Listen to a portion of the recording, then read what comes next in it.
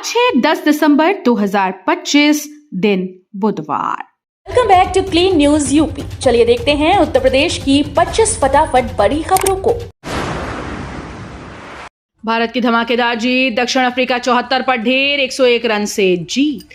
T20 series के पहले मुकाबले में भारत ने दक्षिण अफ्रीका को 101 रन से करारी शिकस्त दी।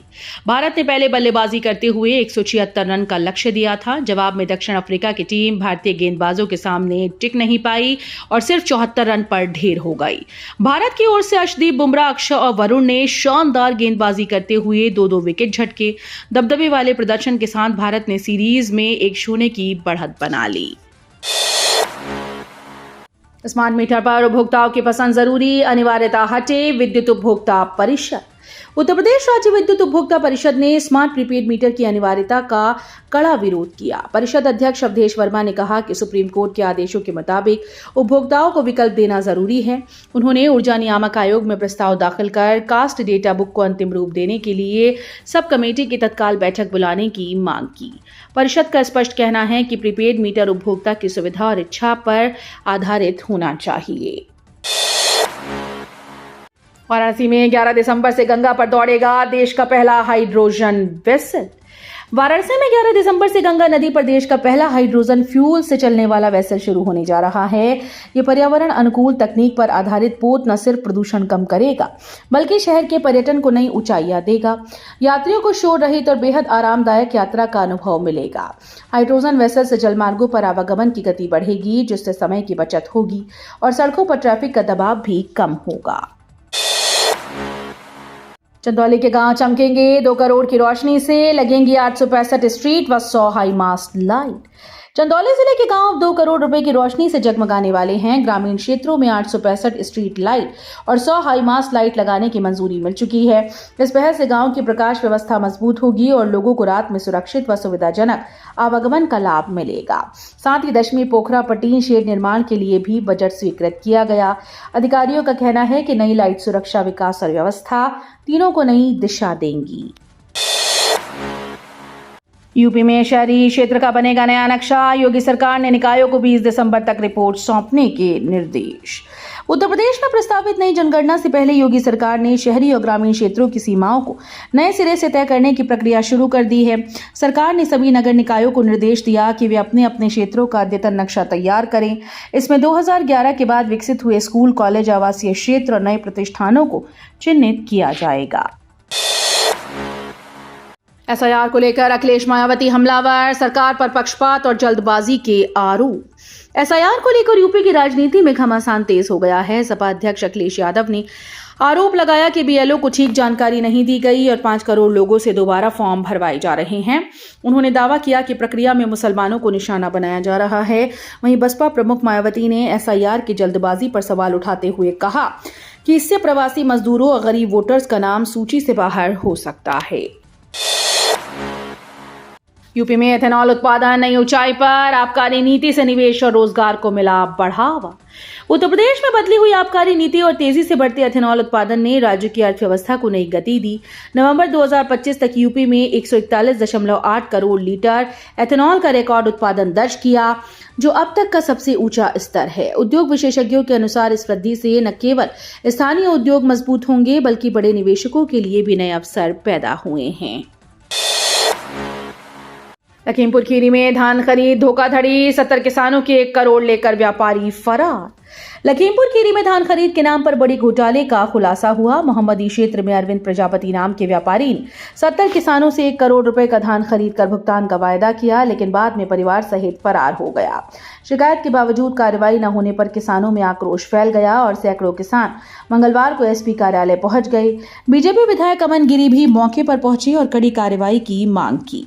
पुलिस ने केस दर्ज कर लिया है। सभी पीड़ितों के बयान जुटाए जा रहे हैं। दुर्गा विसर्जन दंगे में कोर्ट का बड़ा फैसला, 10 दोषी सजा जल्द। बहराइच दंगा कांड में अदालत ने बड़ा फैसला सुनाया। दुर्गा पूजा विसर्जन के दौरान 13 अक्टूबर 2024 को रामगोपाल मिश्रा की गोली मारकर हत्या के बाद भड़की सांप्रदायिक हिंसा में शामिल 10 आरोपियों को कोर्ट ने दोषी करार दिया। एडीजे फर्स्ट पवन कुमार शर्मा की अदालत ने मंगलवार को फैसला सुरक्षित रखते हुए सजा 11 दिसंबर को सुनाने की तारीख तय की। पुलिस ने इस मामले में 13 आरोपियों के खिलाफ चार्जशीट दाखिल की। मानदेय बढ़ा लेकिन मनमानी भी जारी। रोडवेज में ड्राइवर कंडक्टर पर दोहरी कार्रवाई की जरूरत। उत्तर प्रदेश परिवहन निगम ने संविदा ड्राइवर कंडक्टर्स के मानदेय में बढ़ोतरी की। अब उन्हें 2.18 रुपए से बढ़ाकर 2.28 रुपए प्रति किलोमीटर का भुगतान किया जाएगा, जो 1 जनवरी 2026 से लागू होगा। लेकिन इस बीच रोडवेज में अनियमितताओं के गंभीर मामले सामने आए। कई चालक परिचालक मुख्यालय के निर्देश के बावजूद बसेस को अनाधिकृत ढाबों पर रोक रहे हैं, जहां यात्रियों से महंगा और घटिया भोजन जबरन बेचा जाता है। यूपी में एमएसएमई सेक्टर का विस्तार और वाराणसी में रोजगार महाकुंभ, निवेश व नौकरियों ने नई छलांग। उत्तर प्रदेश में सूक्ष्म लघु और मध्यम उद्योगों का तेजी से विस्तार राज्य की अर्थव्यवस्था को नया आयाम दे रहा है। वर्तमान में 96 लाख से अधिक एमएसएमई इकाइयां रोजगार और निवेश का बड़ा आधार बनी। इस दिशा में युवाओं को अवसर देने के लिए वाराणसी में द्वितीय रोजगार महाकुंभ आयोजित किया जा रहा है। 10 दिसंबर को होने वाले इस आयोजन में 293 निजी कंपनीज, जिनमें 14 विदेशी कंपनीज भी शामिल हैं, 27,000 से अधिक पदों पर भर्ती करेंगी। युवाओं को स्किल बनाकर यूपी को हब बनाने की तैयारी, शिक्षा मित्रों की बड़ी मांग भी पूरी। मुख्यमंत्री योगी आदित्यनाथ ने कहा कि उत्तर प्रदेश देश का सबसे युवा और प्रतिभाशाली राज्य है। सरकार युवाओं के स्किल को स्किल से जोड़कर उन्हें वैश्विक स्तर का कुशल मानव संसाधन बनाने की दिशा में तेजी से काम कर रही है। इस बीच योगी सरकार ने शिक्षा मित्रों की वर्षों पुरानी मांग भी पूरी की। शिक्षा मित्रों को मूल विद्यालयों में वापसी और स्थानांतरण समायोजन के आदेश जारी कर दिए गए हैं। गन्ना मूल्य बढ़ोतरी से किसान उत्साहित, कृषि चौपाल में योगी सरकार की नीतियों की जमकर सराहना। शामली के बुच्चाखेड़ी गांव में आयोजित कृषि चौपाल में गन्ना किसानों ने योगी सरकार की नीतियों की खुलकर सराहना की। किसानों ने कहा कि गन्ना मूल्य में 30 रुपए की बढ़ोतरी उनके सम्मान और मेहनत की वास्तविक पहचान है। सरकारी योजनाओं के प्रभावी क्रियान्वयन, सुरक्षा और सुविधाओं से किसान जीवन में सकारात्मक बदलाव आया है। किसानों का कहना है कि सरकार उन्हें हर स्तर पर सहयोग, संसाधन और सुरक्षा दे रही है। डिफेंस कॉरिडोर में नई उड़ान, अलीगढ़ में तैयार होंगे ब्रह्मोस पृथ्वी मिसाइल्स के अहम कलपुर्जे। अलीगढ़ डिफेंस कॉरिडोर देश की रक्षा क्षमता को नई मजबूती देने जा रहा है। यहां स्थापित रक्षा निर्माण इकाई अब ब्रह्मोस, पृथ्वी और अग्नि जैसी उच्च मारक क्षमता वाला स्वदेशी मिसाइल के 100 से अधिक कलपुर्जे तैयार करेगी। डीआरडीओ से मिले डिजाइन के आधार पर कंपनी ने तेजी से काम शुरू कर दिया है और नमूनों को परीक्षण के लिए भेजा जा चुका है। उम्मीद है कि इस माह मंजूरी मिलते ही उत्पादन शुरू हो जाएगा। सीएम योगी के बरेली दौरे पर 2 दिन डायवर्जन, पुराने रोडवेज स्टैंड से बसेस नहीं चलेंगी। बरेली में आज और 11 दिसंबर को वीवीआईपी मूवमेंट के कारण विशेष यातायात प्रबंध लागू किए गए। मुख्यमंत्री योगी आदित्यनाथ, उप मुख्यमंत्री केशव प्रसाद मौर्य और अन्य वीवीआईपी शहर में मौजूद रहेंगे।